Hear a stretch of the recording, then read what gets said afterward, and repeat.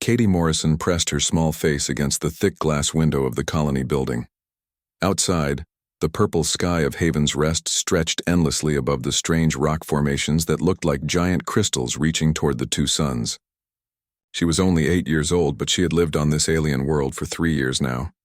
To her, this place felt like home. "Katie, come away from the window," her mother called from across the room.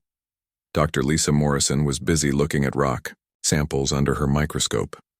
She studied the geology of Haven's Rest, trying to understand how this world worked. Her long brown hair was tied back, and she wore the same white lab coat she always wore when working. Katie sighed but didn't move. "Mom, can I go outside today? Please, I want to see the singing rocks again." Her father, Jake Morrison, looked up from his computer screen. He ran the mining colony, which meant he had to make sure everything worked properly and everyone stayed safe. He was a tall man with kind eyes, but those eyes always looked worried when Katie talked about going outside. "Sweetheart, you know the rules," Jake said softly. "The boundary zones are off limits. The Zephyrians live out there, and we have to respect their space." Katie turned around and crossed her arms. "But they're not scary, Dad. I've seen them. They make beautiful music with their crystal bodies. It sounds like singing." Lisa stopped looking through her microscope and walked over to her daughter. She knelt down so she could look directly into Katie's bright blue eyes. "Honey, just because they seem peaceful doesn't mean they understand us. They're very different from humans. We have to be careful." The little girl nodded, but her parents could see she wasn't really listening. Katie was curious about everything, especially the mysterious Zephyrians who lived beyond the safe zone around their colony. Commander Alan Brooks entered the room through the automatic doors. He was the military leader of Haven's Rest, responsible for keeping all 200 colonists safe. His gray uniform was always perfectly clean, and he carried himself like a soldier even though there had been no fighting on this world. "Good morning, Morrison family," Brooks said with a smile. "Jake, we need to talk about the supply shipment from Earth. And Lisa, the Zephyrian Diplomatic Council wants to meet about the new mining sites." Jake stood up and shook Brooks' hand. "Any problems with the natives?" "Nothing serious," Brooks replied. "They're still polite but distant. Their translator crystals work well enough for basic communication. They seem to understand we're only here for the rare minerals, and we stay in our designated areas." Katie listened carefully to the adult conversation. She had learned that the Zephyrians were the original inhabitants of Haven's Rest. They looked like walking crystal sculptures, tall and elegant with bodies that could change color and make musical sounds. The first human explorers had made contact with them 3 years ago, and after careful negotiations, the Zephyrians had allowed humans to build one small mining colony. "The children should be extra careful near the boundaries," Brooks continued. "Yesterday, Ben Parker's security team found some unusual crystal formations near Sector 7. The Zephyrians might be expanding their territory." Lisa frowned. "Expanding? Did they tell us about this?" "No direct communication yet," Brooks admitted. "But you know how they are. They don't always explain their actions in ways we understand." Katie's ears perked up at the mention of new crystal formations. She had always been fascinated by the way Zephyrians could grow crystals from the ground, creating beautiful structures that hummed with energy. Sometimes, late at night, she could hear their songs drifting across the colony boundaries. After Brooks left, Katie's parents went back to their work. Jake returned to his reports about mining equipment and supply schedules. Lisa continued studying rock samples, trying to understand the unique geology that made Haven's Rest so valuable to human industry. But Katie couldn't concentrate on her tablet lessons. She kept thinking about the new crystal formations Brooks had mentioned. What if the Zephyrians were creating something amazing out there? What if they were building a new city or growing a crystal garden? The afternoon passed slowly. Katie ate lunch with her parents in their small apartment above the administration building. Through their window, she could see other human families going about their daily lives. Children played in the protected courtyards while their parents worked in the mines, laboratories, and workshops that kept the colony running. Dr. Rachel Stone, the colony's medical officer, stopped by to check on Lisa's latest research. She was a friend of the Morrison family and often brought Katie small gifts from Earth.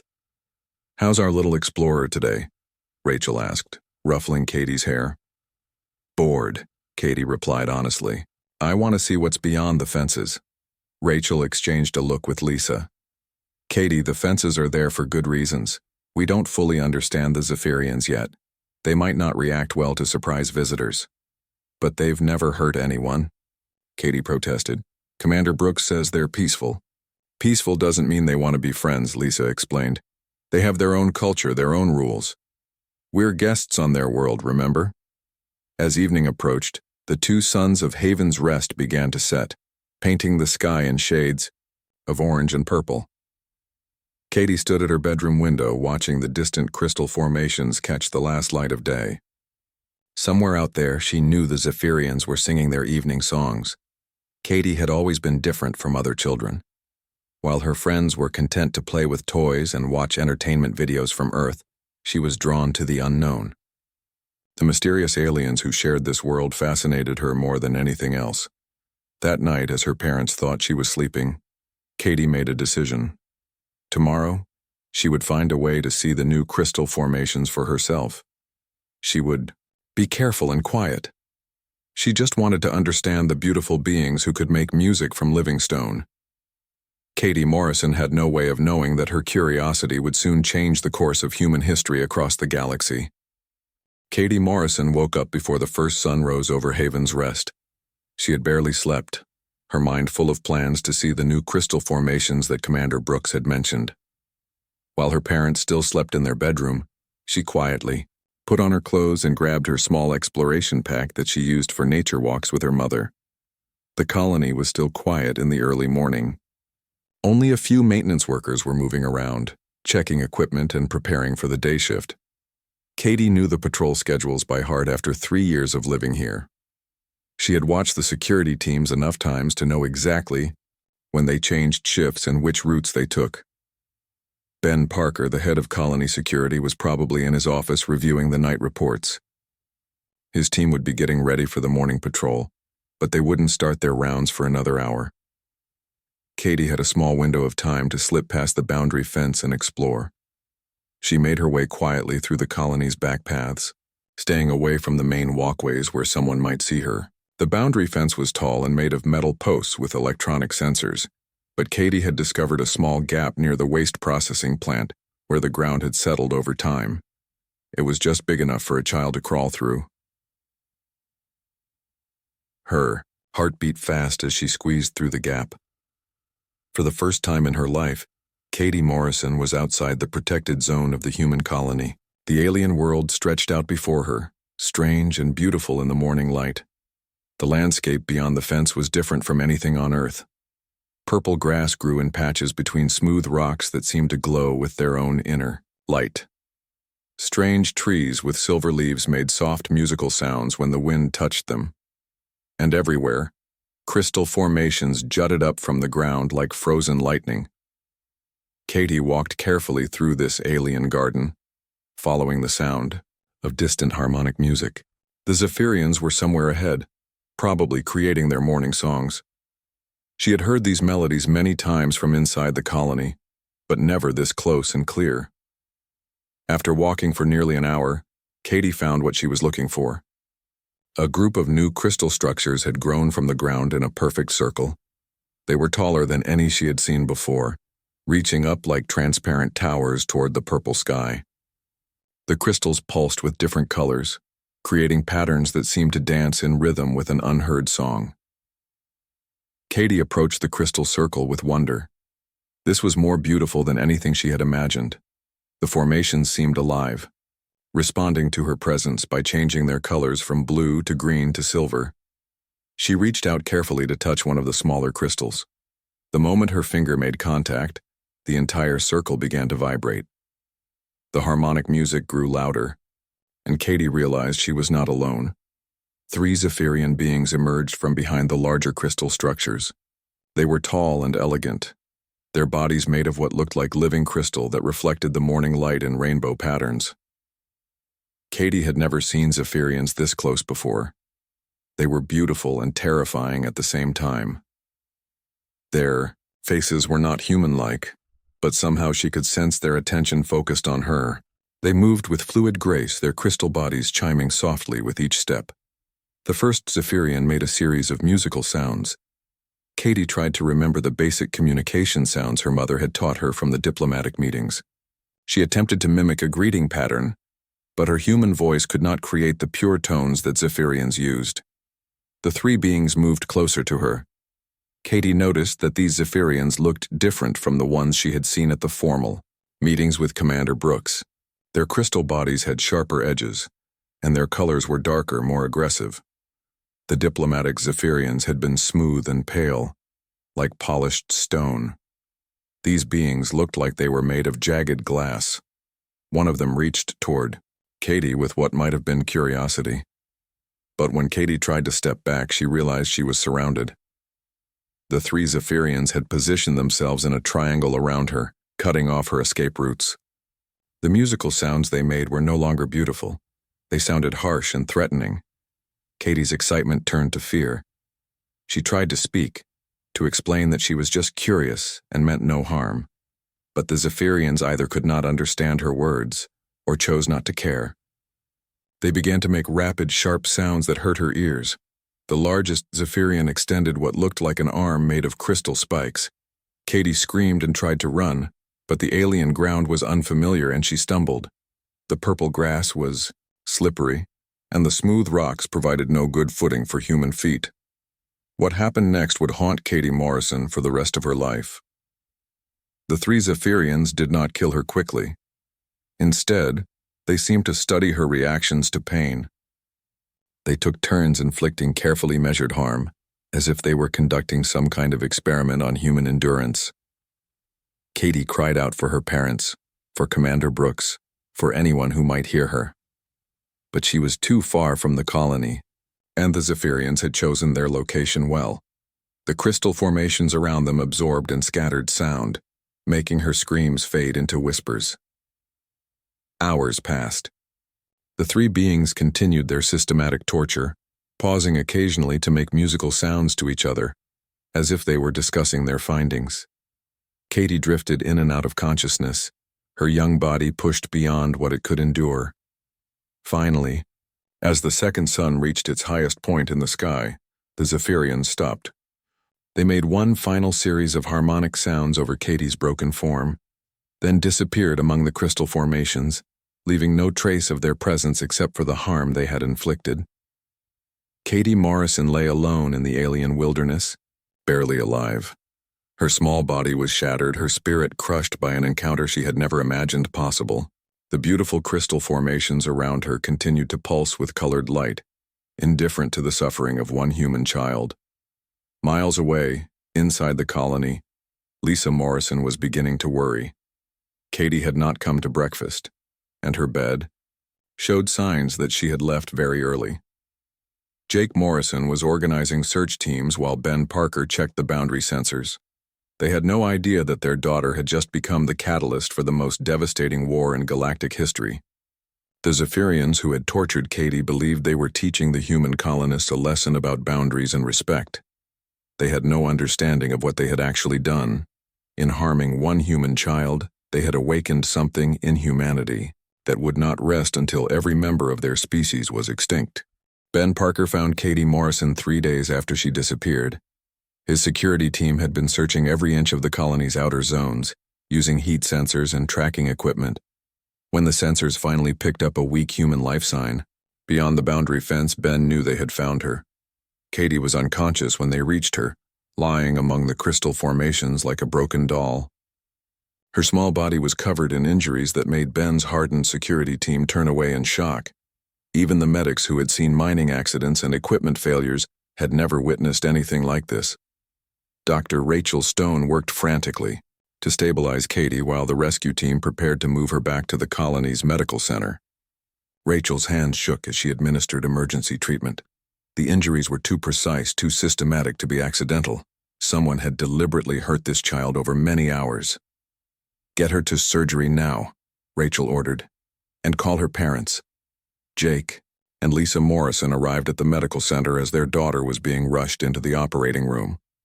Lisa collapsed against her husband when she saw Katie's condition. Jake stood frozen, his mind unable to process what had happened to his little girl. Commander Brooks took control of the situation. He sealed off the medical center and ordered his security teams to increase patrols around the colony. Then he made the hardest decision of his military career. He activated the emergency communication system to contact Earth. The quantum communication array connected Haven's Rest to the Colonial Defense Force headquarters on Earth. Admiral Susan Clark received the emergency transmission in her office at Fleet Command. She had been expecting routine mining reports from the outer colonies, not a priority alert about an injured child. Brooks transmitted everything: medical records, photographs of Katie's injuries, recordings from the rescue mission, and maps showing where she was found. He also included the colony's complete files on Zephyrian contact protocols and diplomatic history. Admiral Clark watched the transmission with growing horror. She had seen combat footage from dozens of conflicts across human space, but nothing had prepared her for the systematic torture of an 8-year-old girl. When the transmission ended, she sat in silence for several minutes. Then she picked up her secure communication device and began making calls. Within 6 hours, the news had spread across human space. Every colony, every space station, every ship in the fleet received copies of the medical reports and rescue footage. The quantum communication network carried the story from Earth to the Outer Rim territories in record time. The reaction was immediate and universal. On Earth, protesters gathered outside government buildings demanding military action. On Mars, the Colonial Assembly called an emergency session. On Luna, the shipyards began working triple shifts without being asked. Dr. Elena Rodriguez, humanities leading expert on alien psychology, was called to an emergency meeting at the Defense Council. She had spent her career studying how different species thought and behaved. Now the government needed her to explain why the Zephyrians had done this. They made a fundamental error in judgment, Elena told the assembled military leaders. The Zephyrians assume all species think like they do. In their society, individuals exist to serve the collective. Harm to one being affects only immediate family groups. Admiral Marcus Webb, the overall commander of human military forces, leaned forward in his chair. What does that mean for us? They don't understand human protective instincts, Elena continued. We evolved as tribal creatures who would fight to the death to protect any child in our group. When they harmed Katie Morrison, they weren't just attacking one family. They attacked every human's deepest protective programming. Webb nodded grimly. How will they respond when we demand justice? They'll refuse, Elena said with certainty. In their minds, they were teaching humans a lesson about boundaries. They believe they showed restraint by not killing her. They expect us to be grateful and leave their world quietly. The Defense Council meeting lasted 12 hours. By the end, every human government had agreed to unprecedented military cooperation. The merchant guilds offered their cargo ships for military transport.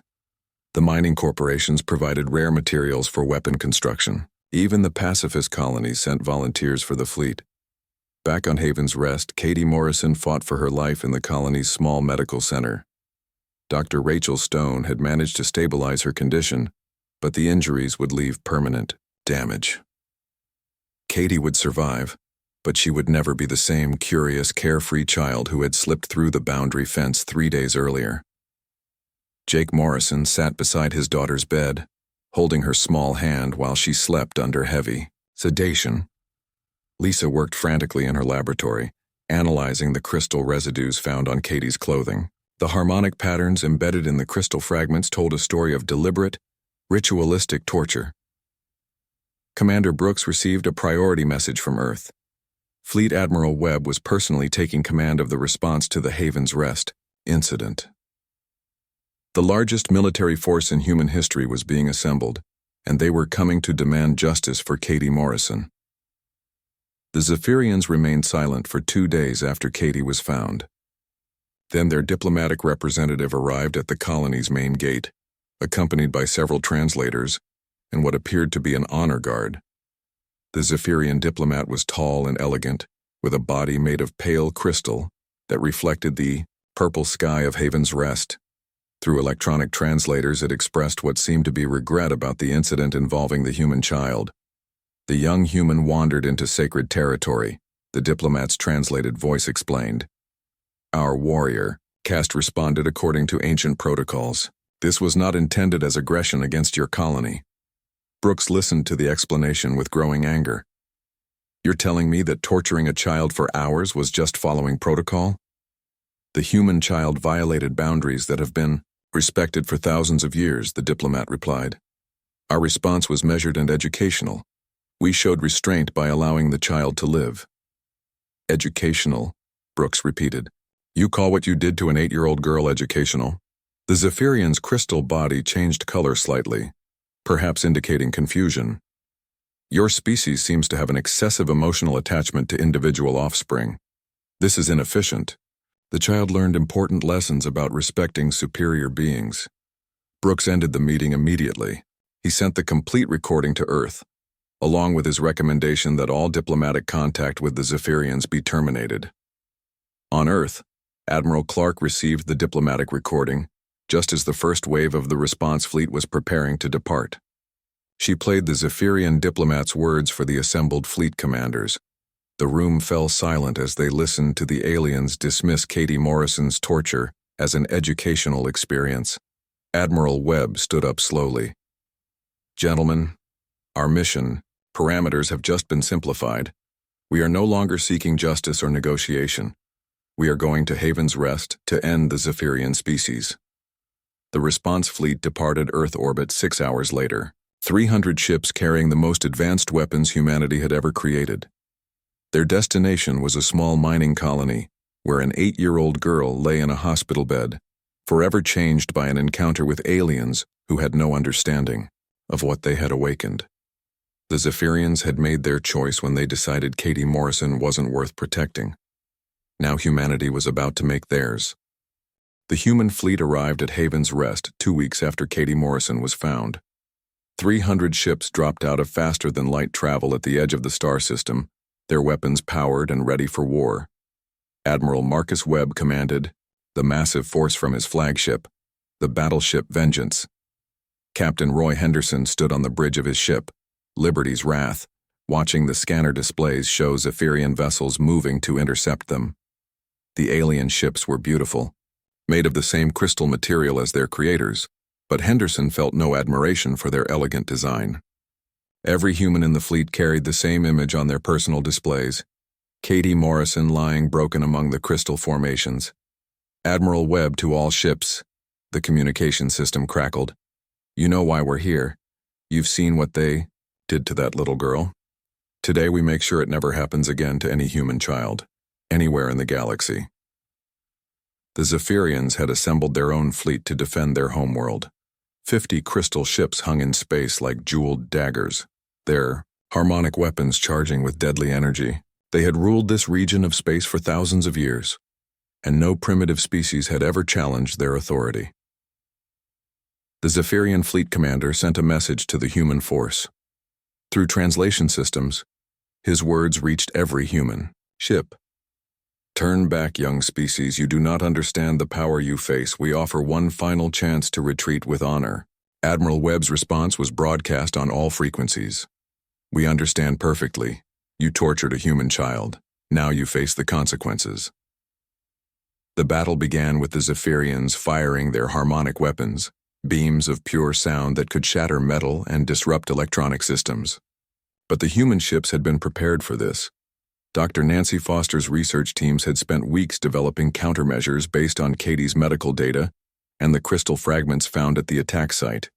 Human ships deployed sonic shields that turned the Zephyrian weapons against themselves. The harmonic beams reflected back at their sources, causing the crystal ships to crack and break apart. The aliens discovered that their greatest strength had become their greatest weakness.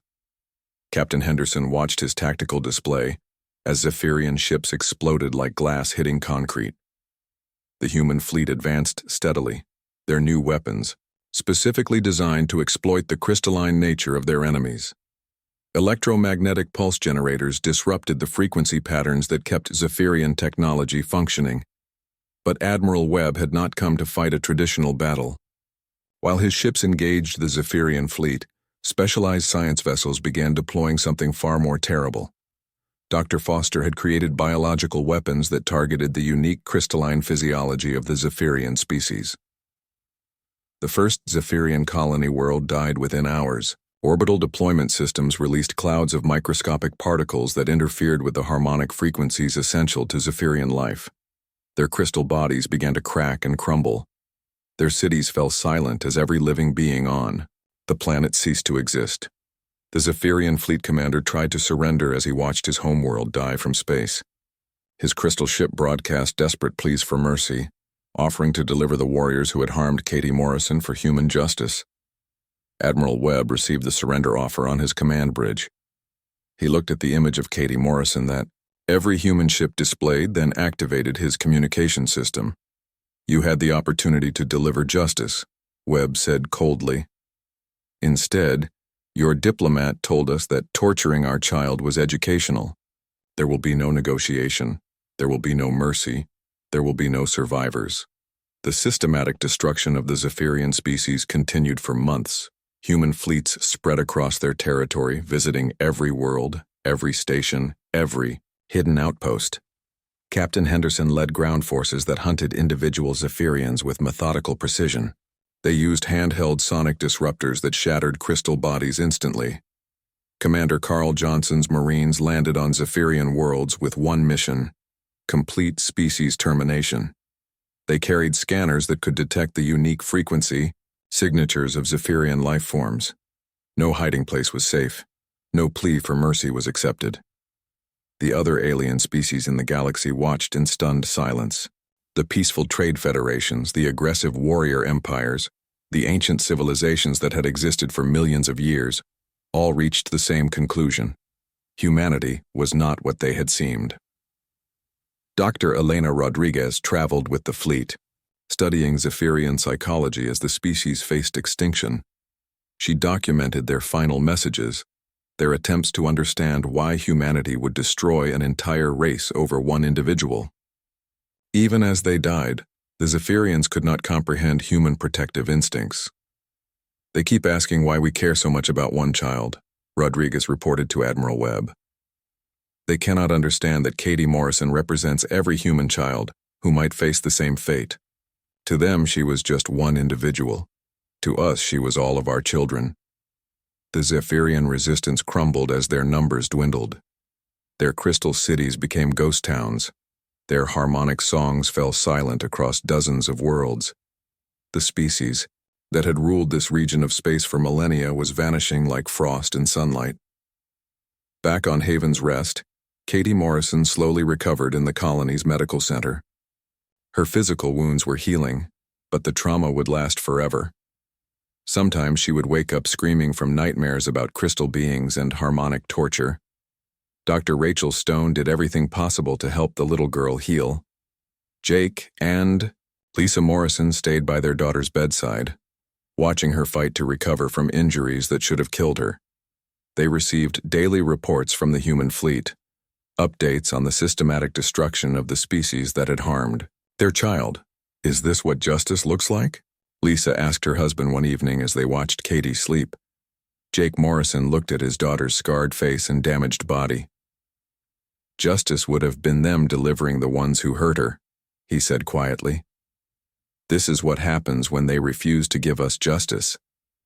This is what happens when they call torturing our children educational." The Zephyrian homeworld was the last to fall.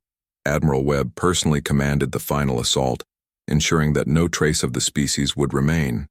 As the last Zephyrian city crumbled under human weapons, he thought about Katie Morrison and what her suffering had unleashed. The galaxy would remember this war, not as a conflict between equals, but as a demonstration of what humanity would do to protect its children. Every alien species now understood that humans were not the peaceful traders and explorers they pretended to be. They were the apex predators of the galaxy, and they had just proven it by wiping out an entire civilization for harming one 8-year-old girl. 6 months after Katie Morrison was found dying among the crystal formations, the last Zephyrian in the galaxy breathed their final breath. Admiral Marcus Webb stood on the bridge of his flagship as scanners confirmed what every human already knew. The Zephyrian species was extinct. The galaxy had watched in stunned silence as humanity systematically destroyed an entire civilization. 300 worlds had been cleansed of Zephyrian life. Billions of crystal beings had been reduced to dust and silence, all because they had harmed one human child. Admiral Webb opened a communication channel to every ship in the fleet. Mission complete. The Zephyrian species no longer exists. Justice has been served for Katie Morrison and every human child who will never face their cruelty. The fleet began its long journey back to human space, leaving behind empty worlds where once proud, crystal cities stood as monuments to a dead species. The beautiful harmonic songs that had echoed across these worlds for thousands of years would never be heard again. On Haven's Rest, Katie Morrison celebrated her 9th birthday in the colony's medical center. She was finally strong enough to sit up in bed and eat solid food. Her parents had brought her a small cake with 9 candles, and the medical staff gathered around to sing happy birthday. Katie looked different now. The bright curiosity in her eyes had been replaced by a cautious wariness that no child should possess. Her left arm would never work properly again, and she walked with a slight limp from her damaged leg. But she was alive, and that was more than anyone had hoped for during those first terrible days. Dr. Rachel Stone checked Katie's healing progress and smiled at the little girl. "You're getting stronger every day," she said softly. "Soon you'll be able to go home to your own room." Katie nodded but didn't smile back. She had learned that the galaxy was not the safe, wonderful place she had once believed it to be. The crystal beings she had thought were beautiful had shown her that some creatures enjoyed causing pain to those weaker than themselves. Commander Brooks visited the Morrison family that evening. He brought news from Earth about the war's end and the fleet's return. He also carried official documents that would change Katie's life forever. "The Colonial Defense Force wants to establish a foundation in Katie's name," Brooks explained to Jake and Lisa Morrison. "It will be dedicated to protecting human children across all colonies and stations. Every human world has volunteered to fund it." Jake Morrison looked at the official papers. The Katie Morrison Foundation would have unlimited resources and authority to investigate any threats to human children anywhere in the galaxy. No government could refuse their requests for information or assistance.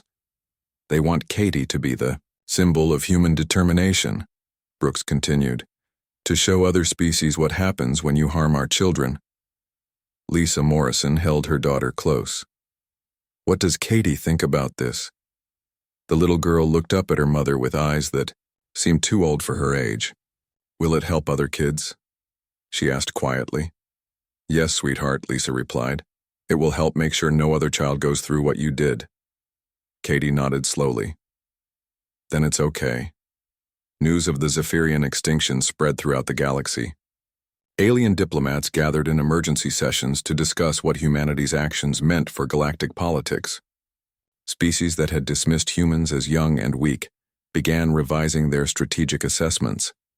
The Altarian Trade Federation immediately updated their contact protocols with humanity. Their diplomatic corps received new instructions: never threaten human civilians, especially children. The aggressive Draconis Empire, which had been planning raids on human shipping lanes, quietly canceled their military operations. Dr. Elena Rodriguez published her complete study of the war's psychological impact. Her report became required reading for every alien diplomatic service in known space. The conclusion was simple and terrifying. Humans would accept attacks on their military, their governments, even their colonies, but harm their children, and they became something else entirely. Other species fight for territory, resources, or honor, Rodriguez wrote. Humans fight for their young with a ferocity that transcends rational thought. They will sacrifice everything, including their own lives and moral principles, to protect children. This makes them simultaneously the most dangerous and most predictable species in the galaxy. Years passed. Katie Morrison grew up in a galaxy where every alien species knew her name. She became a living reminder of humanity's protective instincts and the price paid for underestimating them. The foundation established in her name grew into the most powerful child protection organization in human space. At age 16, Katie stood before a memorial wall on Earth that listed every Zephyrian world that had been destroyed. Millions of names were carved into black stone, representing an entire species that no longer existed. She placed a small white flower at the base of the monument, as she did every year on the anniversary of her attack. A reporter approached her as she finished her memorial ritual. "Katie, do you ever feel guilty about the extinction of the Zephyrians?" the woman asked. Katie Morrison looked directly into the camera with eyes that had seen too much pain for someone so young. Her answer was broadcast across human space and translated into every known alien language. "They made their choice when they decided I wasn't worth protecting," Katie said calmly. "Humanity made their choice when they decided I was. I didn't ask for a war. I didn't ask for an entire species to die. But when beings choose to torture children for entertainment, they accept the consequences of their actions." The interview became one of the most watched broadcasts in galactic history. Alien leaders studied Katie's words, trying to understand the mindset of a species that would destroy civilizations to protect one individual. In the depths of space, human patrol ships continued their eternal watch. They carried sensors designed to detect any species that might threaten human children. Their crews trained constantly for rapid deployment to any world where human young might be in danger. The message was clear to every intelligence in the galaxy. Humanity had marked its boundaries with the bones of an extinct species. Those boundaries were simple and absolute. You could attack human adults, human soldiers, human governments. You could challenge human territory, human resources, human pride. But if you harmed a human child, you would face the same fate as the Zephyrians: complete and total extinction.